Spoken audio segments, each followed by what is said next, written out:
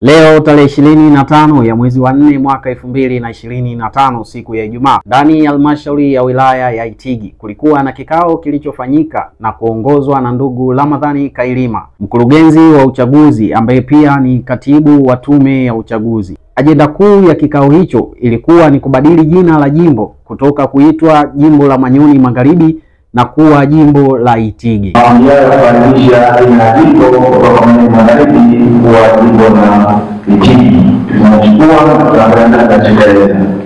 Ni wajibu kwamba tuseme tumepokea, lakini haijatamka kwamba tayari rasmi jimbo la Itigi Mashariki na jimbo la Itigi imetoa baada ya kukamilisha mchakato wa nchi nzima. Ili wakati kutoka kutoka huko basi jimbo gani kwa mtandao. Hivyo naomba maneno baada ya semana sasa jambo rasmi kwa kikao pale na hizo zote kwa uchaguzi na ambao katika masuala ya Itigi kuhusu kubadilisha jina la jimbo la uchaguzi kutoka Manyoni Magharibi kuwa jimbo la uchaguzi la Itigi imefungwa rasmi na katika. Pia kikao hicho kilihudhuriwa na madiwani wakiongozwa na mwenyekiti wa halmashauri pamoja na viongozi wa dini. Hata hivyo, makamu mwenyekiti wa halmashauri ya wilaya ya Itigi ndugu Jonathan Dule naye alikuwa na haya ya kusema. Kimsingi tumeketi vikao vya kisheria vyote, kuanzia kamati zile za kisekta, kamati ya fedha, uongozi na mipango, lakini pia tumeketi kwenye kikao cha baraza. Tumejadiliana vya kutosha juu ya umuhimu wa kubadilisha jina la jimbo kutoka jimbo la Manyoni Magharibi na kwenda kuitwa jimbo la Itigi.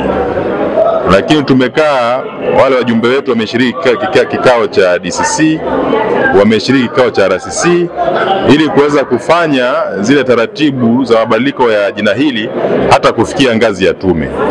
Na kwa kufanya hivi itaondoa mkanganyiko mkubwa sana hata wawakilishi wetu wa jimbo wanapokuwa bungeni.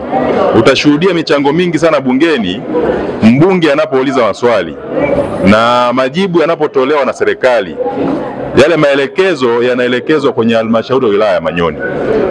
Kwa kuitwa jimbo la Itigi itakwenda kuondoa mkanganyiko mkubwa sana kwenye vikao vile vya kisheria, hususan kwenye ngazi ya jimbo.